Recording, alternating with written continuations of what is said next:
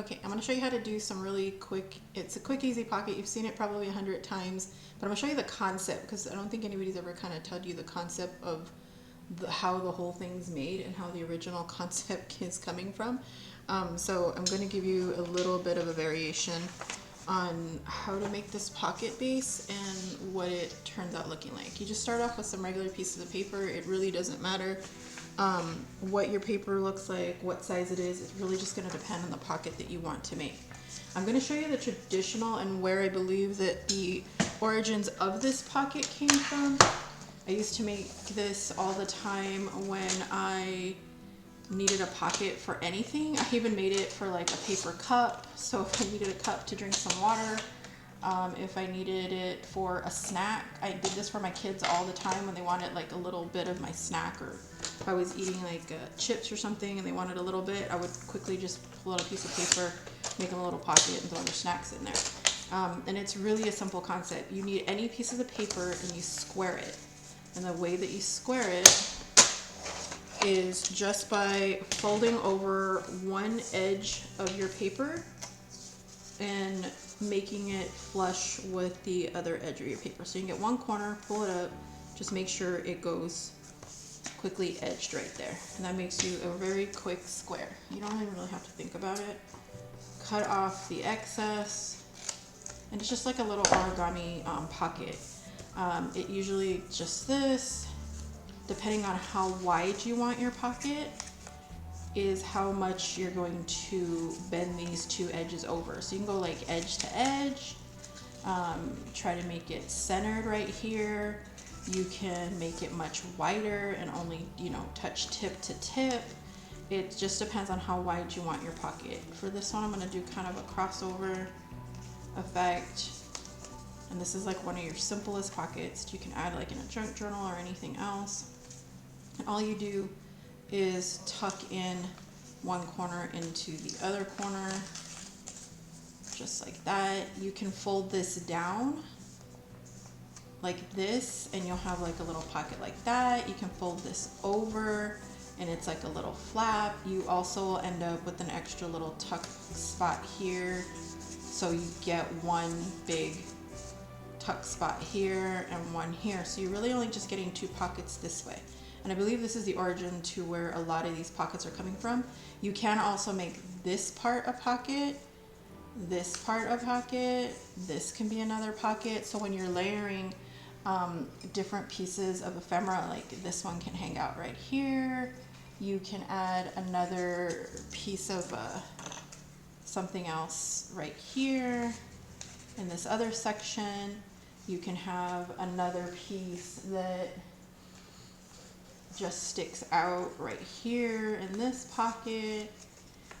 This one I wouldn't consider a pocket right here, only because that goes all the way through. But what you can do is, if you want to glue this edge down, or grab, and actually even better, grab yourself some washi tape and then just fold it over that bottom edge like that. Makes it a little cuter. Then you end up with another pocket right here. So you can add a little something else in there. If I can find something that fits. So yeah, another piece of something right there. And then you have the main big pocket way up here to put something even bigger in. And so you end up with this nice little loaded pocket. And this is kind of the traditional, and I believe where all the other pockets are coming from. So say this is like your original pocket. Another way to do it without having to really cut anything up is to grab yourself just a big piece of paper like this. Double-sided is better, and then you don't have to worry about any of the white showing. But all you're doing is the same concept. You're just folding two pieces of paper up, and you can match like your tips or whatever. Like, so usually you want double-sided so that you have some sort of print in here. Fold it, and you're just folding over your two corners again. And it makes all kinds of different pockets. The more you fold, the less you fold of this. However you fold this, you're just folding over two edges again. And it's going to create all these different types of pocket patterns. But the biggest one that tends to go around is the one that you just do this. You can turn it over, turn it either side, and fold over 2 sets of pockets with your 2 corners. Put them in like this, and then you end up with like this cute little purposeful mess of points and things like that. But people do them all kinds of different ways. Some people pull it a little more this way, some people put it up a little more this way. The point is just to make sure that you make some sort of point so that these 2 edges fold flat at the bottom,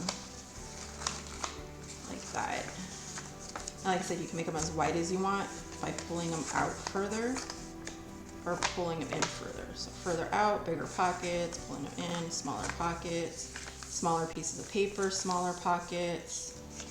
But as long as you create a tuck spot, just to go in here, and then you get the same concepts again. You have a pocket here to put something on the side, you know, tucking some stuff in right here.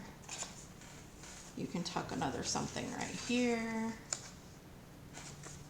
Here's another big piece to tuck something in, like this. And it keeps them separated, and then you have like the giant one way up top. So remember though, you always are gonna end up having that one slip out spot right here, so you can cover that and wash it or whatever. But this little back piece. So you end up with all these extra little tuck spots. So something that you can do is, if you are using white, is you could always fold this over just a bit to give it another border, cut it off. You can add more washi tape just to decorate edges, and again, washi tape on the very bottom to close up the big hole gap that you end up with, like that. You can see you have all the little pockets, all the little areas that you can tuck things into as different pockets. But this is basically kind of, I believe, the origins of where it came from. Just different concepts on how far to fold this. So that one's like an easy, quick pocket that you can make for your junk journals or anything else. So you can grab this and pop it straight into another pocket. You can quickly just attach it directly to your junk journal itself. I like to just kind of connect them anywhere that there's like a blank spot. So here's a cute little blank spot. And just add some glue and pop it in place. And then you got a perfect little pocket in there. That's it.